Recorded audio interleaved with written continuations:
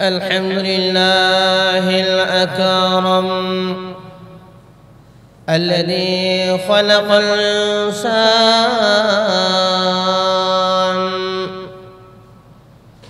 وعلمه ما لم يعلم. سبحان الله لا يحصى ثناؤه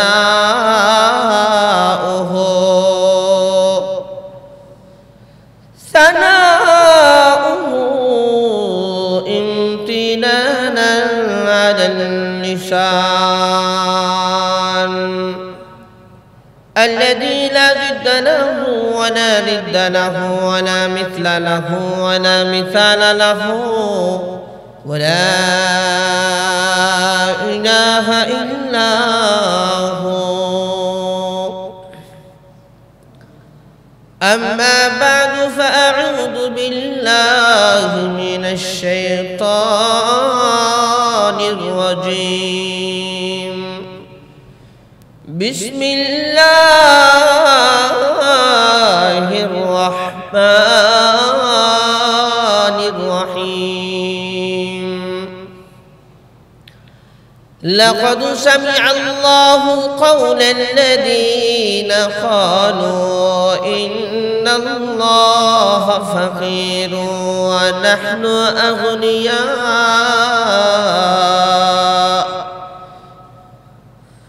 سنكتب ما قالوا وقتلهم الأنبياء بغير حق ونقول ذوقوا عذاب الحريق.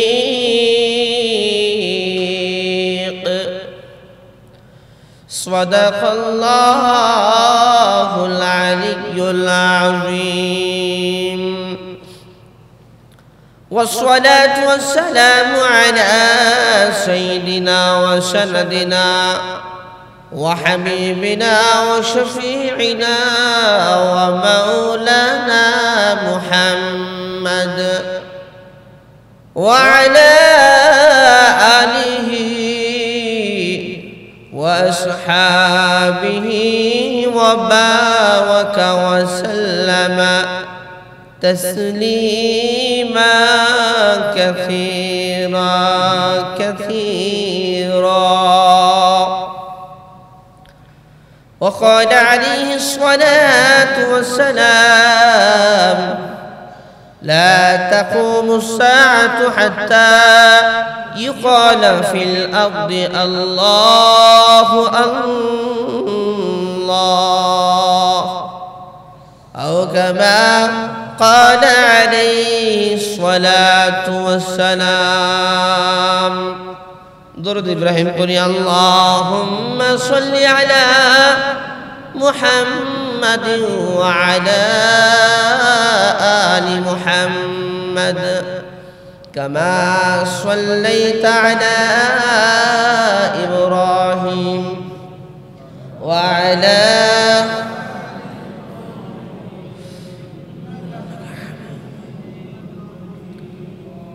اللهم بارك على محمد وعلى آل محمد كما باركت على إبراهيم وعلى آل إبراهيم إنك حميد مجيد. بلغ العلا بكماله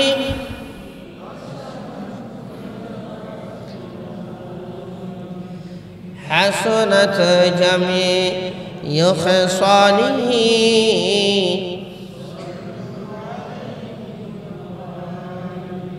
بلغ العلا بكماله كشف الدجى بجماله حسنت جميع خصاله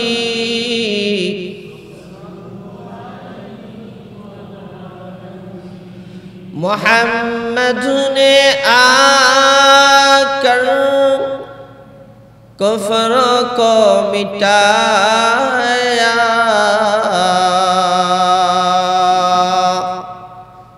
मोहम्मद ने आकर कुफ्र को मिटाया,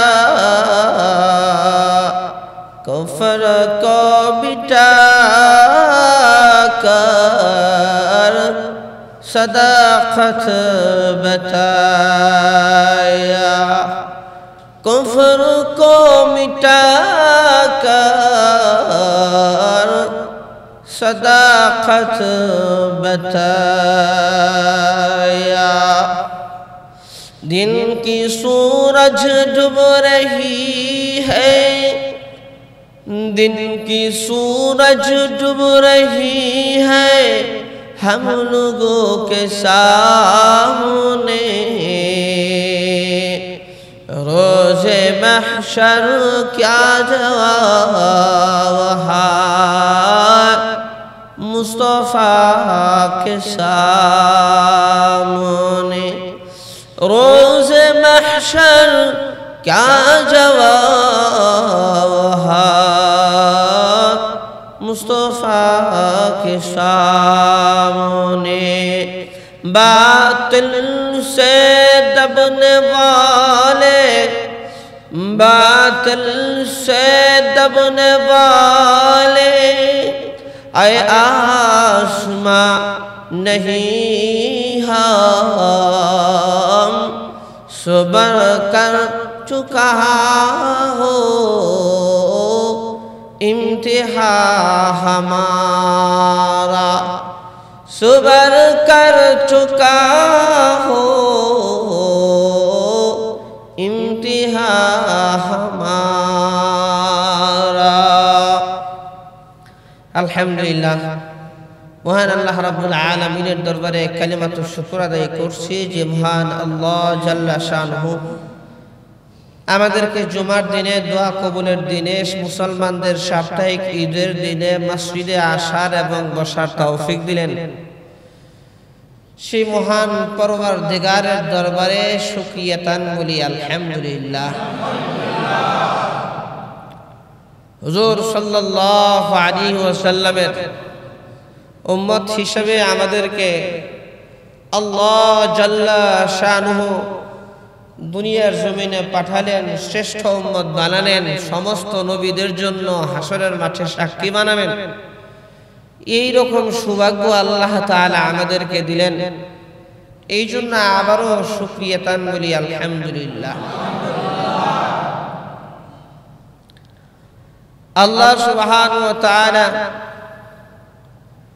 ইসমাঈল আলাইহিস সালাতু ওয়াস সালামের বংশে শেষ নবীকে পাঠিয়েছেন। ইসহাক আলাইহিস সালাতু ওয়াস সালামের বংশে আল্লাহ তাআলা অনেক নবী রাসূল প্রেরণ করছেন। বনি ইসরাইলের ইতিহাসও আছে। বনি ইসরাইলের মধ্যে আল্লাহ রাব্বুল আলামিন 4000-এর বেশি নবী রাসূল প্রেরণ করছেন। অনেক নিয়ামত আল্লাহ তাআলা তাদেরকে দিয়েছিলেন, কিন্তু তারা নাফরমানি করছে, যার কারণে লানতের তক্তা গলায় নিয়ে বেইজ্জত হইতে হয়েছে। আল্লাহ সুবহানাহু ওয়া তাআলা ইসমাঈল আলাইহিস সালাতু ওয়াস সালামের বংশে শ্রেষ্ঠ নবীকে পাঠাইছেন এবং আল্লাহ রাব্বুল আলামিন মুসলমানদেরকে ইসমাঈল আলাইহিস সালাতু ওয়াস সালামের বংশে আল্লাহ রাব্বুল আলামিন প্রেরণ করছেন। আলহামদুলিল্লাহ। হুজুর সাল্লাল্লাহু আলাইহি ওয়াসাল্লাম নবুয়ত প্রাপ্তির পর ইহুদিরা নানান ধরনের ষড়যন্ত্র হুজুর সাল্লাল্লাহু আলাইহি ওয়াসাল্লামের বিরুদ্ধে করছে। নাউযুবিল্লাহি মিন যালিক। আল্লাহ রাব্বুল আলামিন বলছেন, ইয়া আইয়ুহাল্লাযীনা আমানু লা তাত্তাখিযুল ইয়াহুদা ওয়ান নাসারা আউলিয়া। হে ঈমানদারেরা, তোমরা ইহুদি আর খ্রিস্টানদেরকে বন্ধুরূপে গ্রহণ করো না। বা'দুহুম আউলিয়াউ বা'দিন, তারা একে অপরের বন্ধু, তারা একে অপরের বন্ধু।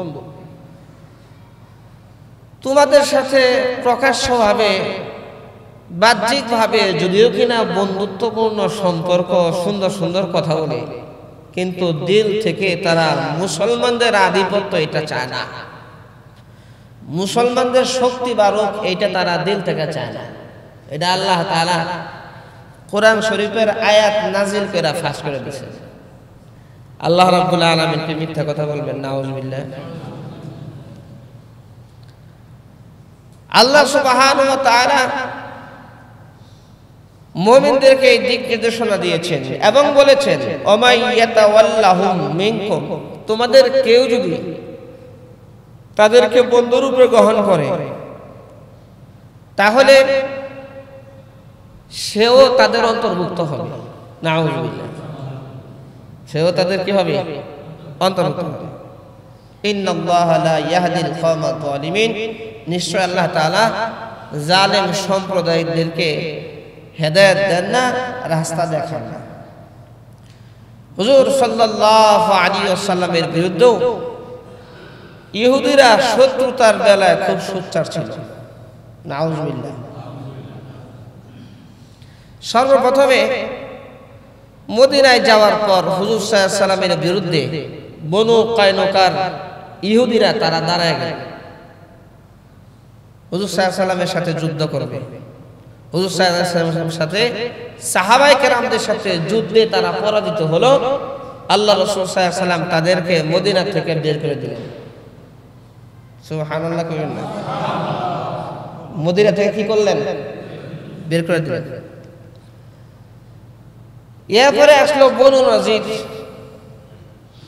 এরা আল্লাহ রাসূলকে হত্যার, দুনিয়ার জমিন থেকে বিদায় করার ষড়যন্ত্র করলো। হুজুর সাল্লাল্লাহু আলাইহি ওয়াসাল্লাম তাদেরকেও মদিনা থেকে বের করে দিলেন। সুবহানাল্লাহ, জোরে কর। খন্দকের যুদ্ধের মধ্যে মদিনার যে ইহুদিরা ছিল অবশিষ্ট, এরা মুসলমানদের সাথে বাটপারি করল। হুজুর সাল্লাল্লাহু আলাইহি ওয়াসাল্লাম যখন যুদ্ধ শেষ করে বাসায় আসছেন, জিবরাইল আলাইহিস সালাতু ওয়াস সালাম বলতেছিলেন যে, ইয়া রাসূলুল্লাহ, যুদ্ধের পোশাক তো আপনি খুলে ফেলছেন, কিন্তু আমি এখনো খুলি নাই। কেন? তার কারণ হলো বনি কুরাইজার যে ইহুদি, তাদের সাথে যুদ্ধ করতে হবে, চলেন। এরা হইল আপনার সাথে বাটপারি করছে, সিটারি করছে, আল্লাহ তাআলার পক্ষ থেকে নির্দেশ হলো তাদের সাথে যুদ্ধ করা।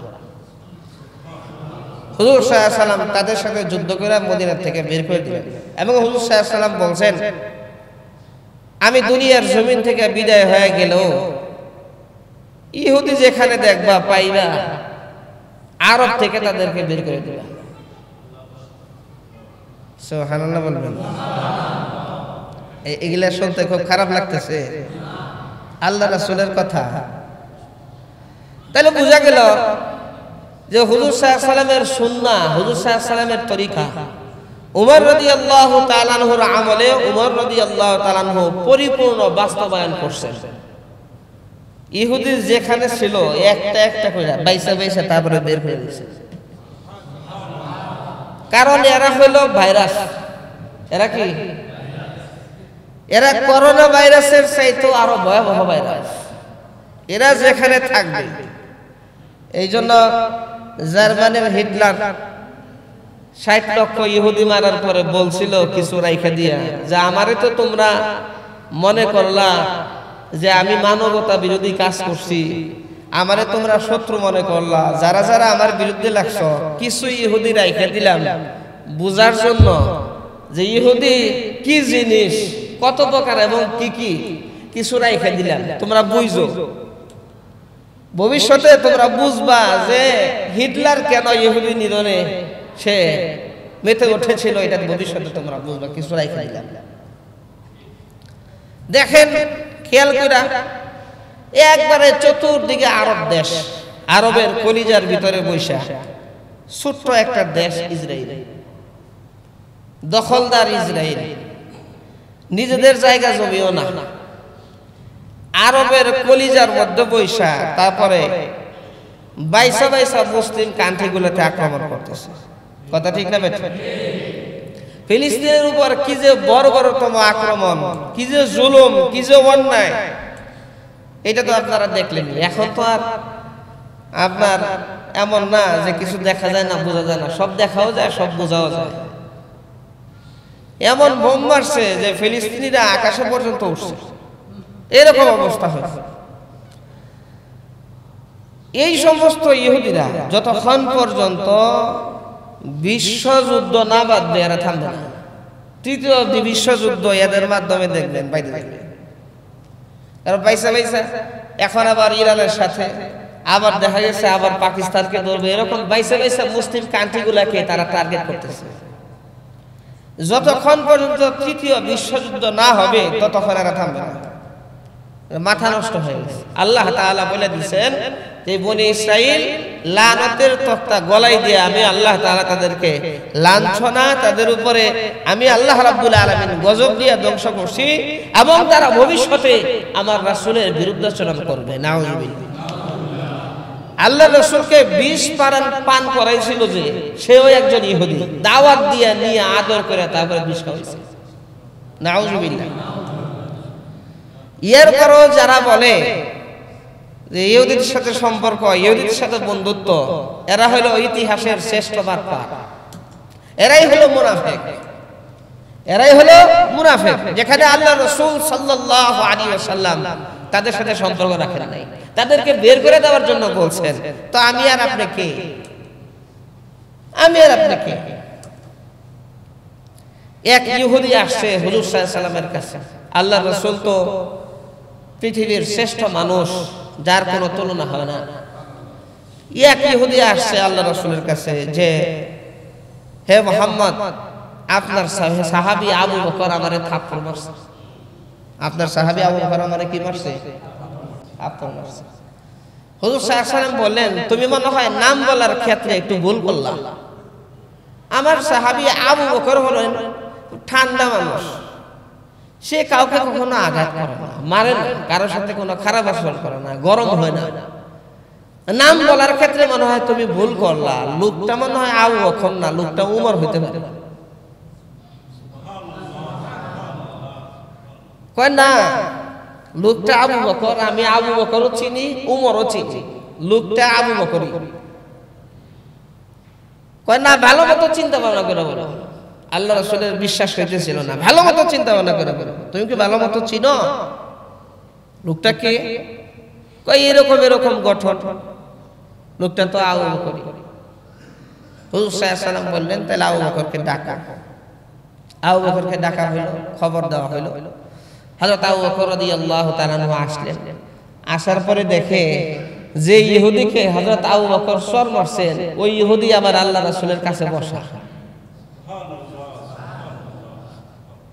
তখন হযরত আবু বকর বলতেছিলেন, এই বেটা ইহুদি, তুই এখানে বসে রইছস, আয় আরেকটা মেরে দে। সুবহানাল্লাহ। আল্লাহ রাসূল তখন বললেন, আবু বকর, আমারে তখন বিশ্বাস হইতেছিল না, কিন্তু তুমি এখন যে মাত্র কথাটা বললা, এই কথা শুনে আবার বিশ্বাস হয়ে গেছে যে শটটা তুমি মারছো, আগের শটটা তুমি মারছো, আবার বিশ্বাস হলো তোমার এই কথা শুনে। তো তুমি চর মারছো? বলে যে ইয়া রাসূলুল্লাহ, জি আমি চর মারছি। তো কেন মারছো, কারণ কি? কই ইয়া রাসূলুল্লাহ, এই লোকটা আল্লাহ রে বলতেছে ফকির, আল্লাহ বলে ফকির, আর এরা বলে ধনী। আল্লাহ রে কয় ফকির, কোন আর সহ্য হয়? এক সরের কাম না তো, ওরে 1000 সর দরকার। আল্লাহ রাসূল সাল্লাল্লাহু আলাইহি ওয়াসাল্লাম তো ন্যায় আর ইনসাফের জ্বলন্ত প্রতীক ছিলেন, দৃষ্টান্ত ছিলেন। হুজুর সাল্লাল্লাহু আলাইহি ওয়াসাল্লাম বলেন, আবু বকর, সে যেই কথাটা বলছে, তোমার কি কোনো সাক্ষী আছে? ইসলামে তো সাক্ষী ছাড়া, দুইজন সাক্ষী ছাড়া প্রমাণিত হয় না, এটা আল্লাহ তাআলার বিধান।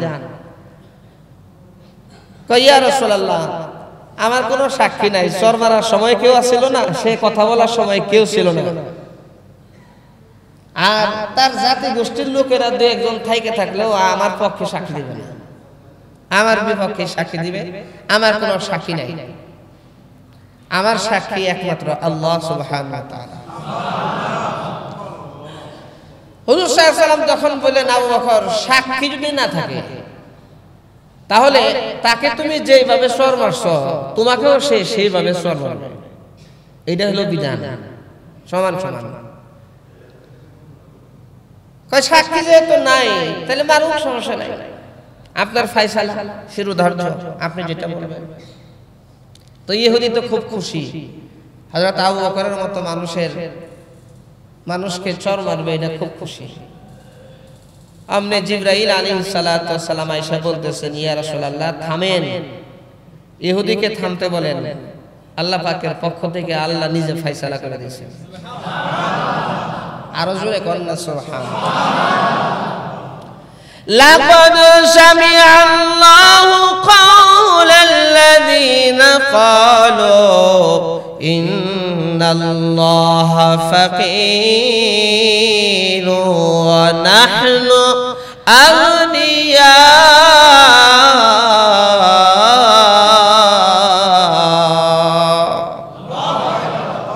হযরত জিবরাইল আলাইহিস সালাতু ওয়াস সালাম বলেন, ইয়া রাসূলুল্লাহ, ইয়া হাবিবাল্লাহ, আল্লাহ রাব্বুল আলামিনের পক্ষ থেকে ফয়সালা চলে আসছে।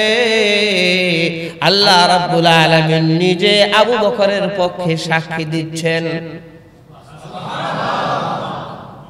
আল্লাহ রাব্বুল আলামিন হযরত আবু বকরের পক্ষে সাক্ষী দিয়েছেন। আর আল্লাহ রাব্বুল আলামিন এই মাত্র কোরআন শরীফের আয়াত নাযিল করলেন। কি আয়াত? লাকাদ সামিআল্লাহু কাওলাল্লাযীনা ক্বালু ইন্নাল্লাহা ফাকীর। অবশ্যই আল্লাহ রাব্বুল আলামিন শুনেছেন যারা আল্লাহ রাব্বুল আলামিনকে ফকির বলছে। ইয়া রাসূলুল্লাহ, এই ইহুদি সত্যি আল্লাহ রাব্বুল আলামিনকে ফকির বলছে। ইহুদি এখনো স্বীকার করতেছে সে কিছু বলে নাই। আল্লাহ রাব্বুল আলামিন শুনেছেন ইহুদি কি বলেছে, আল্লাহ তাআলা শুনেছেন। আল্লাহ নিজে সাক্ষী দিচ্ছেন যে আল্লাহকে সে ফকির বলছে। আর বলছে ওয়া নাহনু আগনিয়া, আল্লাহ হলো ফকির, আমরা হইলাম ধনী। কোরআন শরীফের আয়াত যখন নাজিল হয়ে গেছে তখন কি আর ইহুদির উপায় আছে? কেমন বাটপার দেখেন, চিন্তা করেন। এই জন্য ভাই আল্লাহ সুবহানাহু ওয়া তাআলা বলেছেন, হে ঈমানদারেরা, তোমরা ইহুদিদেরকে বন্ধু রূপে গ্রহণ করো না, তারা কখনো তোমাদের বন্ধু হবে না, এবং তাদেরকে বন্ধু রূপে যদি গ্রহণ করো তাহলে সেও তাদের মধ্যে গণ্য হবে। আর আল্লাহ রাব্বুল আলামিন জালিম সম্প্রদায়কে হেদায়েত দেন না, রাস্তা দেখান না। ইহুদি আলেমরা একজোট হয়ে বহুত পরীক্ষা নিরীক্ষা করার জন্য আল্লাহ রাসূলের কাছেও আসছে, আল্লাহ রাসূলকে ঠেকানোর জন্য। সাহাবায়ে কেরামদের কাছেও আসছে, সাহাবীদেরকে ঠেকানোর জন্য। হযরত ওমর রাদিয়াল্লাহু তাআলা আনহুর জামানায় একবার ইহুদি আলেমরা আসছে, একজোট হয়ে আসছে। আয়েশা বলতেছে, আমিরুল মুমিনিন, আপনাকে আমরা 4টা প্রশ্ন করব, এই 4 প্রশ্নের উত্তর যদি দিতে পারেন তাহলে আমরা কালিমা পড়ে মুসলমান হয়ে যাই। আর জবাব যদি না দিতে পারেন তাহলে ইসলামী যে কার্যক্রম, কালিমার যে কার্যক্রম, দাওয়াতি কার্যক্রম, বিভিন্ন দেশে আপনার লোকজন পাঠান, এইগুলা আপনার বন্ধ করবেন। আর 4 প্রশ্নের জবাব যদি দিতে পারেন তাহলে আমরা ওয়াদা করলাম এখনই কালিমা পড়ে মুসলমান হয়ে যাবে। হযরত ওমর রাদিয়াল্লাহু তাআলা আনহু মুস্কি করে হাসি দিয়ে বললেন, এমন কোন জিনিস নাই যা আল্লাহ রাব্বুল আলামিন পবিত্র কোরআনে বলেন নাই, নির্দ্বিধায় তোরা প্রশ্ন কর, নির্দ্বিধায় তোরা প্রশ্ন কর, 4 প্রশ্ন করো, 1000 প্রশ্ন কর, আমি ওমর জবাব দেওয়ার জন্য রেডি। পিছনের ভাইরা কি ঘুমায় গেছেন নাকি? কয় প্রশ্ন? হযরত ওমর রাদিয়াল্লাহু তাআলা যখন এই কথা বললেন, এই ইহুদিরা প্রশ্ন করো, তোমাদের প্রশ্নের জবাব দেওয়ার জন্য আমি রেডি।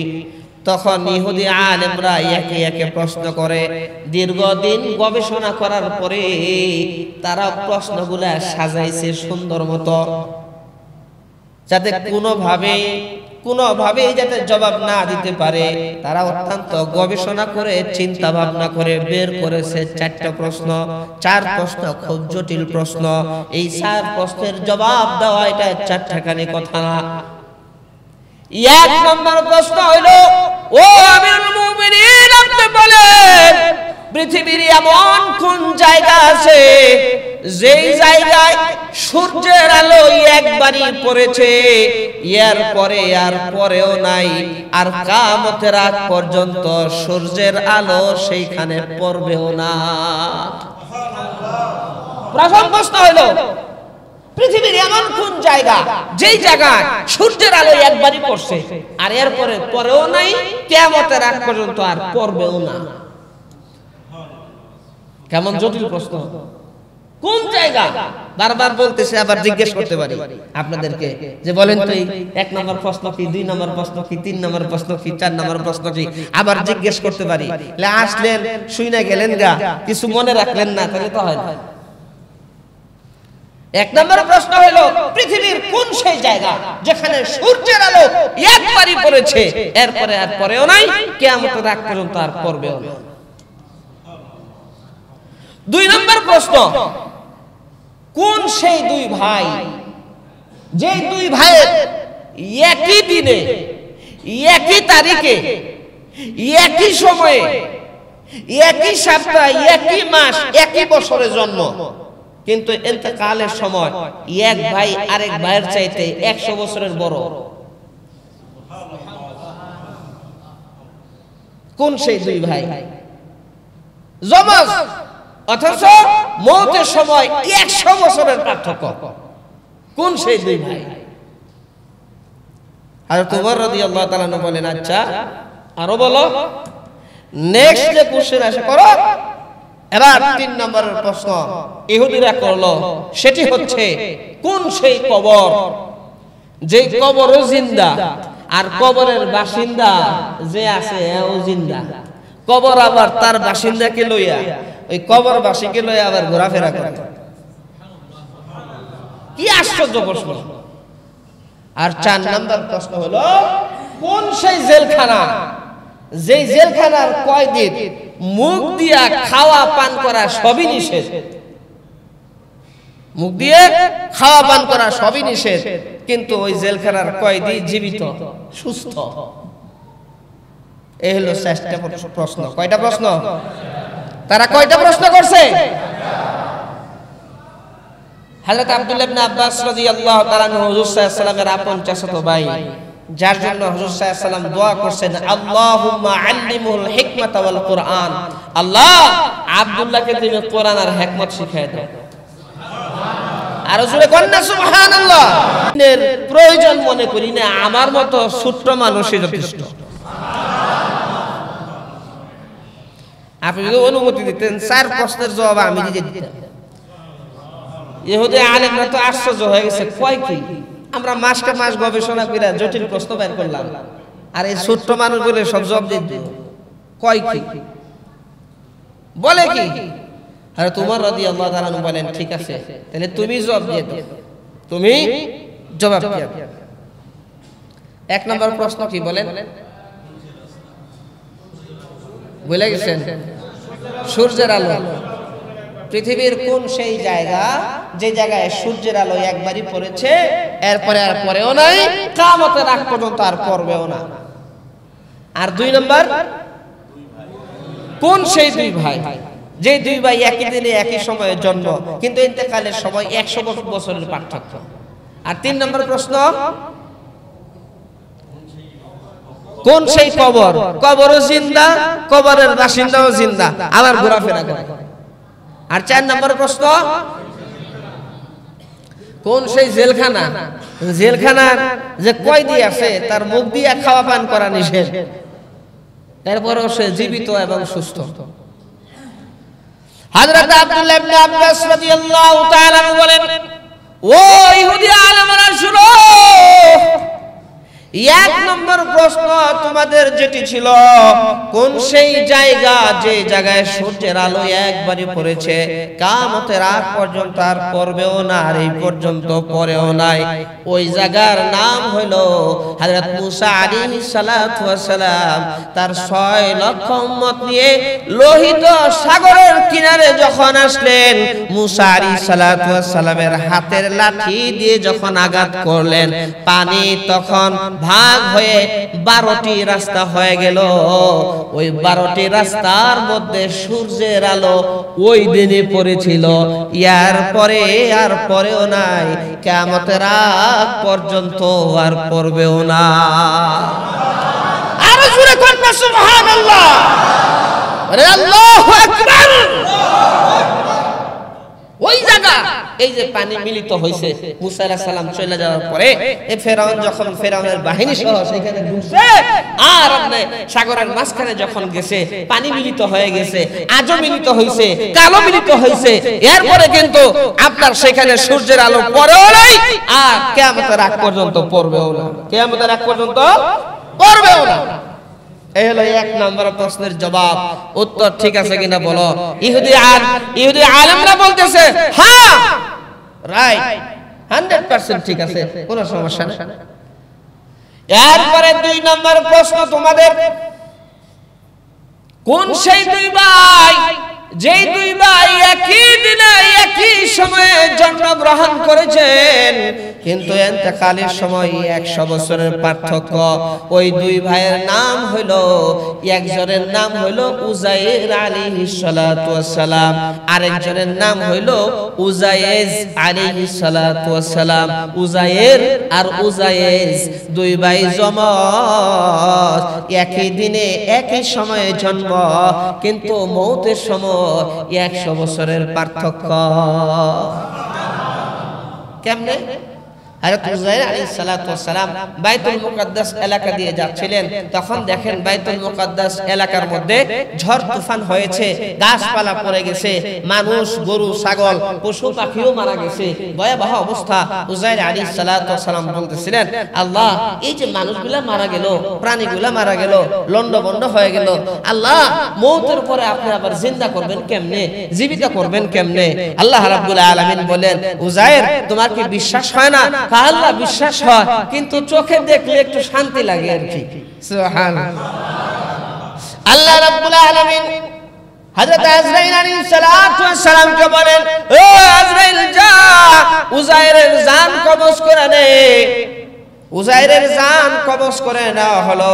উজাইরের জান কবজ করার পরে 100 বছর পরে আল্লাহ রাব্বুল আলামিন উজাইর আলাইহিস সালামকে জিন্দা করলেন।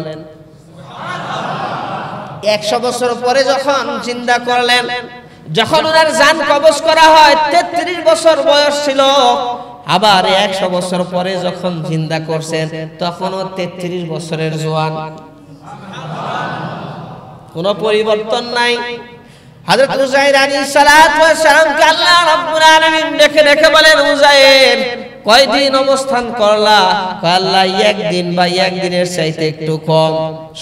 সকাল বেলা ঘুমাইলাম, আর বিকেল বেলা আসরের পরে উঠলাম। আল্লাহ রাব্বুল আলামিন বলেন, উজাইর 100 বছর পর আমি আল্লাহ তাআলা তোমাকে জিন্দা করছি। তোমার গাধার দিকে তাকায় দেখো, তোমার গাধা মারা গিয়ে হাড্ডিগুলো মাটির সাথে মিশে গেছে, কঠিন অবস্থা হয়ে গেছে দেখো। আর তোমার খাবারের দিকে তাকাও, যে খাবার তোমার সাথে নিয়ে এসেছিলে সেই খাবার নষ্ট হবে তো দূরের কথা, একটু গন্ধ হয় নাই। খাবার যেরকম ছিল 100 বছর পরে আল্লাহ রাব্বুল আলামিন খাবারটাকে ওইভাবেই রেখে দিয়েছে। কে করছেন ভাই? কে করছেন? আল্লাহ রাব্বুল আলামিন করছেন। ওই আল্লাহ তাআলা যা ইচ্ছা তাই করেন। আল্লাহ রাব্বুল আলামিন যা বলেন তাই হয়। আল্লাহ তাআলা শুধু বলেন কোন হয়ে যা, ফায়াকুন, সঙ্গে সঙ্গে হয়ে যায়। আল্লাহ রাব্বুল আলামিনের জন্য কোনো জিনিস কঠিন না। আল্লাহ রাব্বুল আলামিন যখন যা ইচ্ছা তাই করতে পারেন। হযরত উযাইর আলাইহিস সালাতু ওয়াস সালাম কে আল্লাহ তাআলা বলেন উযাইর তাকাও। আল্লাহ কই তাকাবো? কয় তোমার গাদার স্মৃতি চিহ্নের দিকে তাকাও। আমি আল্লাহ কি করে? এবার তাকালেন, দেখেন মাটির সাথে যা কিছু মিশে গেছিল সব একটু একটু বের হতে হতে আবার ওই গাদার হাড্ডিগুলা জোড়া লাইগা আবার গোশতে পরিণত হইয়া আগের মতো আবার সুস্থ সবল জীবিত গাদা হয়ে গেল। আল্লাহ বলেন উযাইর এমনি আমি আল্লাহ তাআলা জিন্দা করব। হইছে এখন শান্তি হইছে। উযাইর সালাম বলেন আল্লাহ এরপরও যদি শান্তি না হয় তাহলে কেমনে শান্তি হইব? সুবহানাল্লাহ। উযাইর আলাইহিস সালাতু ওয়াস সালাম যখন বাড়িতে গেছেন, বাড়ির গেটে যখন নাকি নক করছেন, 100 বছর পরে বাড়ির নীল নকশাও পরিবর্তন হয়ে গেছে। জিজ্ঞেস করতে করতে গেছেন, গেট যখন নাকি টুকা মারছেন, যখন খটখটাইছেন, গেট থেকে দেখে 133 বছরের এক দাদা বের হয়ে আসছে। উযাইর আলাইহিস সালাম বলতেছেন, দাদা আপনি কে? কে আপনি? আমার বাড়িতে আপনি কি করেন? আর বুড়া লোকটা বলতেছে, মিয়া বাটপারি পাইছো, জোয়ান পোলাপান তো ইয়াং পোলাপান বড় মানুষ দেখলে, মুরব্বি টুরব্বি দেখলে এরকম আদব কায়দা নাই? হ্যাঁ কেমন কথা বলতেছ? এটা তো আমার বাড়ি। দুইজনে তর্ক বিতর্ক ঝগড়া লেগে গেছে। অবশেষে জিজ্ঞেস করছে আপনার নাম? আমার নাম তো উযাইর। আর তোমার নাম কি? উযাইর। ও আপনি আমার ভাই। 100 বছর পরে আল্লাহ তাআলা তো আমাকে জিন্দা করছেন, এই জন্য আমি ওই রকমই রইছি, আর আপনি 133 বছরের বুড়া হয়ে গেছেন। কে করছেন ভাই? এই কে করছেন ভাই? ওই ইহুদিদেরকে আল্লাহ রাব্বুল আলামিন পরাস্ত করবেন। ইমাম মাহদী আলাইহিস সালাতু ওয়াস সালাম আসবেন, পুরো দুনিয়ার মধ্যে ইসলামের পতাকা উড়বে, সারা দুনিয়া ইসলামী রাষ্ট্র কায়েম হবে, এতে কোনো সন্দেহ নাই। আল্লাহ রাসূল ঘোষণা দিয়ে গেছেন, বলেন সুবহানাল্লাহ। কোনো সন্দেহ নাই। ইমাম মাহদী আসবেন, ঈসা আলাইহিস সালাম আসবেন। আল্লাহ রাব্বুল আলামিন ঈসা আলাইহিস সালাতু ওয়াস সালামকে শেষ নবীর উম্মত হিসেবে এবং নেতৃত্ব দেওয়ার জন্য দাজ্জালকে হত্যার জন্য পাঠাবেন। সুবহানাল্লাহ। আল্লাহু আকবার।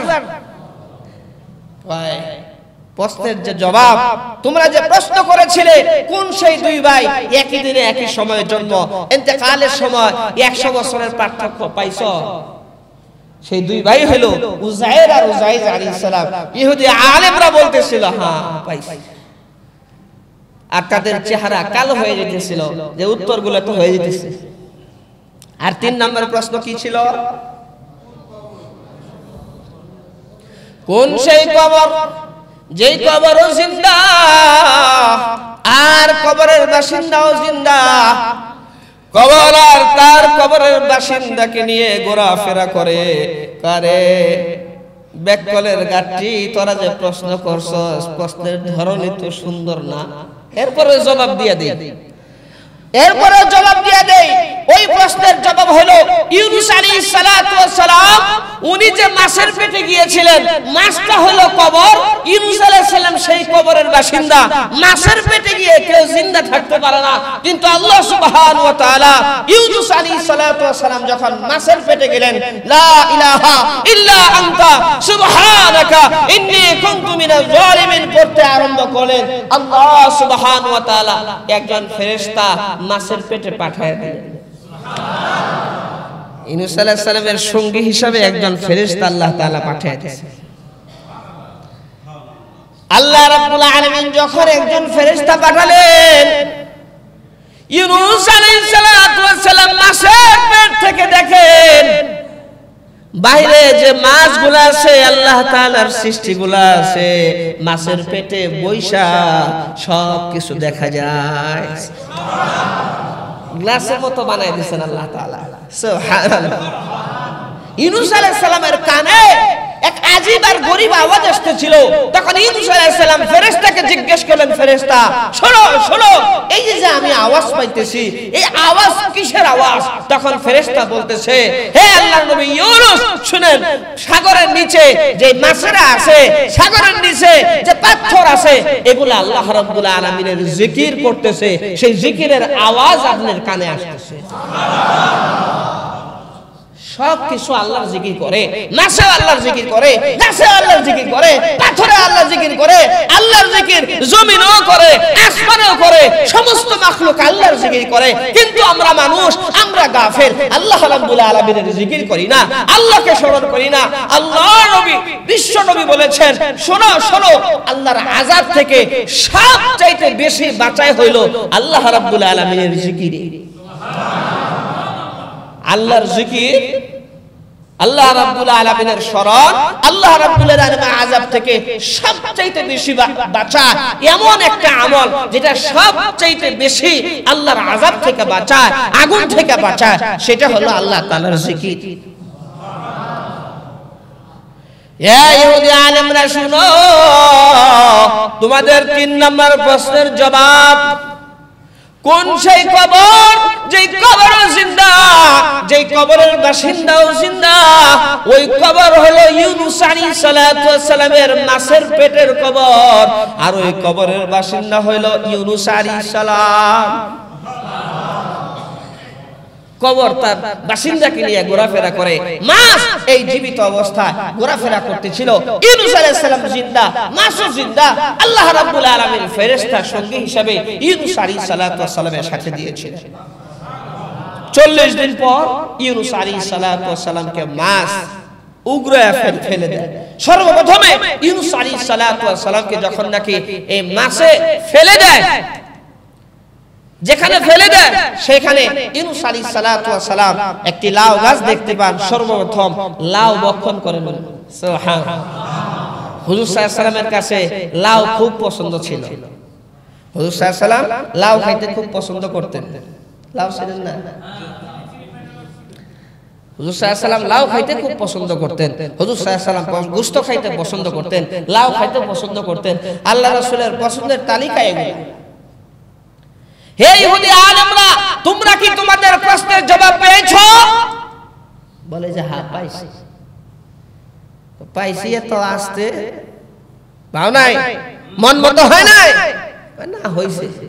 প্রশ্নের জবাব তো ঠিক আছে, আর একটা প্রশ্ন আছে, এটার জবাব দিব আর কালেমা পড়া তোরা মুসলমান হয়ে যাবি। আর না হয় আমিরুল মুমিনিন তোদের সামনে বসা, আমিরুল মুমিনিনের রাগ সম্পর্কে তো তোরা অবগত আছো। ওমর রাদিয়াল্লাহু তাআলা আনহু এরকম রাগী একজন মানুষ ছিলেন। ওমর রাদিয়াল্লাহু তাআলা আনহু সম্পর্কে হুজুর সাল্লাল্লাহু আলাইহি ওয়াসাল্লাম বলেন, আমার উমর যে রাস্তায় যায় ওই রাস্তায় শয়তানও যায় না। সুবহানাল্লাহ।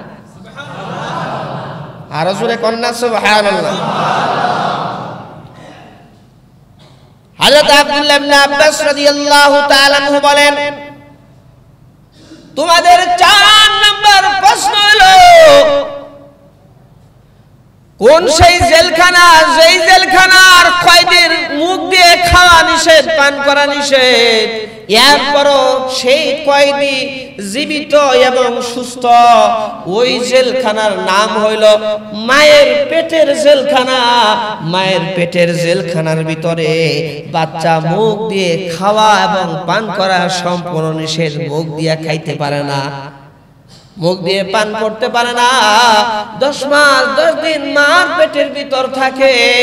ওই মায়ের পেটের ভিতরের যে জেলখানা, সেইখানে একটা বাচ্চা আল্লাহ রাব্বুল আলামিন নামের সাথে একটা তার সেটিং করে এরপরে খাবার সরবরাহ করেন। এরপরও বাচ্চাটা সুস্থ থাকে, ভালো থাকে, কোনো অসুবিধা হয় না। প্রশ্নের জবাব পাইছো? বলে যে হ্যাঁ পাইছি। দেরি করো কেন, কালিমা পড়ে মুসলমান হয়ে যাও। হযরত ওমর রাদিয়াল্লাহু তাআলা বলেন, এই ইহুদি আলেমরা মুসলমান হও, আর না হয় তরবারির নিচে আয়, শেষ করে আলাই তরবারির নিচে। ইহুদি আলেমরা বলে, ও আমিরুল মুমিনিন, আমরা তরবারির ভয়ে মুসলমান হচ্ছি না। যে ইসলামের মধ্যে, দ্বীনের মধ্যে এত সূক্ষ্ম সূক্ষ্ম বিষয় আল্লাহ রাব্বুল আলামিন জানিয়ে দিয়েছেন, আমরা সাক্ষ্য দিচ্ছি এই ইসলাম ধর্ম একমাত্র ধর্ম, সত্য ধর্ম। আমাদেরকে কালিমা পড়াইয়া এখনই মুসলমান বানায় দেন। কালিমা পড়া সবাই মুসলমান হয়, সবাই মুসলমান হয়। তো ভাই বলতেছিলাম, এই ইহুদিরা দেখবেন বিশ্বযুদ্ধ, তৃতীয় বিশ্বযুদ্ধ বাজানোর আগ পর্যন্ত এরা শান্ত হবে না। মনে করছিল ইরান দুর্বল, খালি বলি ফোটায়, এটা করবে সেটা করবে, মনে করছিল ইরান খুব দুর্বল, মারি ইরাকের মতো মাইরা দিল, মারি আর মাইরা এমন বেজালে পড়ছে এখন তো ফাত্তা আসে। বাবারে বাবা, ফাত্তা নাম কি দেখছেন নি? আবার সিজ্জিল আসে, কোরআন শরীফের আয়াতে সারাতে শব্দ নিয়ে নিয়ে বানাইছে। সিজ্জিল আসে, যেই মিসাইল ঠেকানোর ক্ষমতা ওই ইসরায়েলের আয়রন রুমের নাই। নতুন নতুন মিসাইল আসে যেগুলা আপনার থামানোর ক্ষমতা ইসরায়েলের নাই, মাথা নষ্ট হয়ে গেছে। সুবহানাল্লাহ, আল্লাহু আকবার বলে। কিন্তু কিছু বেকল মার্কা মানুষ আছে, এরা এই যুদ্ধের মধ্যে যে ইরানকে সমর্থন না কইরা চুপ করে বসে দিছে। ইরান তো শিয়া, হেমতেন আকীদা, আকীদাগত সমস্যা থাকতেই পারে। এই যে বাংলাদেশের মধ্যে কত ইসলামী দল আছে, একত্র হইতে পারছে? এখনো একত্র হইতে পারে না। দল থাকতে পারে, শিয়াদের মধ্যে বিভিন্ন দল আছে, বিভিন্ন মত আছে। আমরা তো সেই আকীদার সাথে একমত না, বরং ইসরায়েলের বিরুদ্ধে যদি একটা কুত্তাও যুদ্ধ করে সেই কুকুরের পক্ষ নেওয়া, এটা মুসলমানদের দায়িত্ব এবং কর্তব্য হবে। কথা ঠিক দেবেন? এই ইসরায়েল এদের পক্ষ নেওয়া কি উচিত হবে? যে ইসরায়েল নাকি মুসলমানদের উপর এই বছরকে বছর জুলুম নির্যাতন করতেছে, ফিলিস্তিনের মতো দেশকে তারা শেষ করে দিছে, আবার দালালি করে, ফতোয়া দেয়। ফতোয়া দিতে থাক, তাদেরকে একদিন ধরবে। আইতাছে, আসতেছে, একটা একটা করে টার্গেট করতেছে। ওরা তো আর শিয়া সুন্নি বুঝে না। ওরা কি শিয়া সুন্নি বুঝে? ওদের কথা হলো পারমাণবিক অস্ত্র আমাদের কাছে থাকবে, আমরা থাকবো পরাশক্তি। কোন মুসলমান নামদারি তাদের কাছে পারমাণবিক কোন অস্ত্র রাখা যাবে না, থাকা যাবে না, নাহলে মুসলমানের গর্দান বড় হয়ে যাবে, তাদের শক্তি বেড়ে যাবে। এইটা হলো ওদের থিওরি।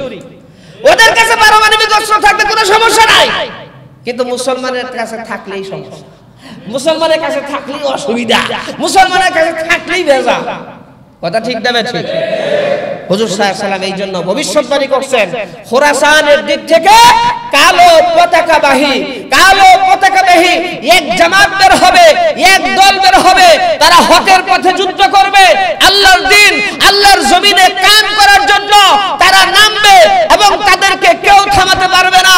শুনো শুনো, তাদের মধ্যে থাকবে আল্লাহর খলিফা ইমাম মাহদী আলাইহিস সালাতু ওয়াস সালাম। শুনো, ওই দল যদি বের হয়, ওই জামাত যদি বের হয়, তাহলে তোমরা যদি বরফের উপর দিয়ে হামাগুড়ি দিয়ে হলো যেতে হয়, তাহলে সেখানে যাবে, সেই দলের অন্তর্ভুক্ত হবে, কারণ সেই দলের মধ্যে ইমাম মাহদী আলাইহিস সালাতু ওয়াস সালাম থাকবে। এটা হতে পারে, এটা এমন হতে পারে যেটা আমাদের মনে হয় গবেষণার মাধ্যমে বোঝা যায়। যেহেতু পারমাণবিক অস্ত্র নিয়ে এক একজনে বসে আছে, হয়তো তৃতীয় বিশ্বযুদ্ধ পারমাণবিক অস্ত্রের যুদ্ধ হবে। আর পারমাণবিক অস্ত্রের যুদ্ধ যখন হবে, পুরা দুনিয়ার সমস্ত সিস্টেম, এই বিদ্যুৎ বলেন, ইলেকট্রিসিটি বলেন, এরপরে আধুনিক সিস্টেম আছে, সব একদম শেষ হয়ে যাবে। আবার এমন হতে পারে সেই আগের যুগে ফিরে যেতে হবে, সেই হ্যারিকেনের যুগ আসবে, সেই মোমের যুগ আসবে। এমন হবে তখন আর কিছুই থাকবে না, তরবারির যুদ্ধ ছাড়া তখন আর কোনো উপায় থাকবে না। এমন হইতে পারে তৃতীয় বিশ্বযুদ্ধের পরই ওই জামাত, কালো পতাকাবাহী ওই জামাত বের হবে এবং এমন ভাবে যুদ্ধ করবে, হুজুর সাল্লাল্লাহু আলাইহি ওয়াসাল্লাম বলেন, যেদিকেই যাবে তারা বিজয় লাভ করবে। এমনকি তারা বাইতুল মুকাদ্দাসকে কাফের বেঈমানদের হাত থেকে রক্ষা করে সেইখানেও কালিমার পতাকা উঠাবে। সুবহানাল্লাহ।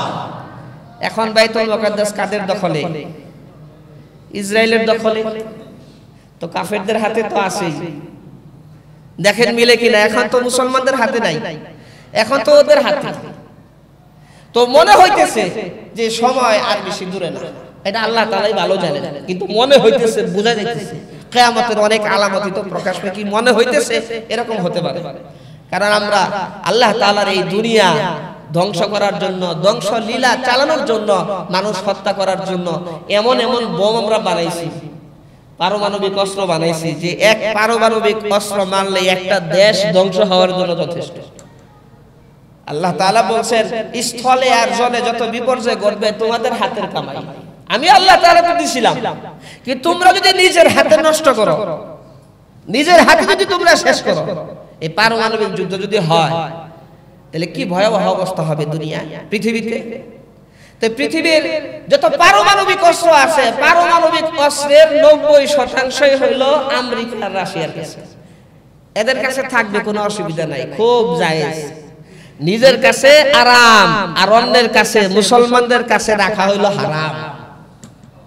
এক কাছে রাখা হইল খুব আরাম, আর মুসলমানদের কাছে গেলেই হারাম। সহজ সরল। ইসরায়েলে তো সাহস পায় কোথা থেকে? পিছন থেকে প্রক্সি দিচ্ছে। আমেরিকা অস্ত্র দিয়ে সাহায্য করতেছে, সহযোগিতা করতেছে, কথা দিয়ে সাহায্য করতেছে। কি লাগবে দে, ল মুসলমান শেষ কর। কথা ঠিক না বেঠিক? এই জন্য আল্লাহ সুবহানাহু ওয়া তাআলা আমাদের যে করণীয়, আমরা তো দোয়া তো করতে পারবো কম নাকি? দোয়াও করবো না? দোয়া করতে পারবো না? দোয়া তো কমপক্ষে করতে পারবো। মুসলমানদের আরো সচেতন হওয়া দরকার, সাবধান হওয়া দরকার, সোচ্চার হওয়া দরকার। এই ইসরায়েল দীর্ঘদিন যাবত প্ল্যান করে একটা দেশে হামলা করার জন্য।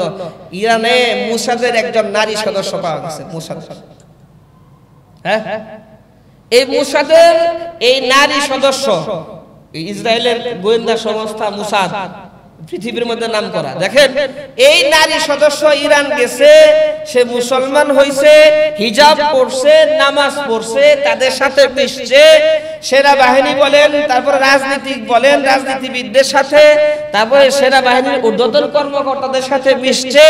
এমনকি আয়াতুল্লাহ আল খামিনি, যে নাকি একাই আমেরিকাকে হুঙ্কার ছাড়তেছে, এরপরে আপনার ইসরায়েলকে হুঙ্কার দিচ্ছে, ভয় করতেছে না।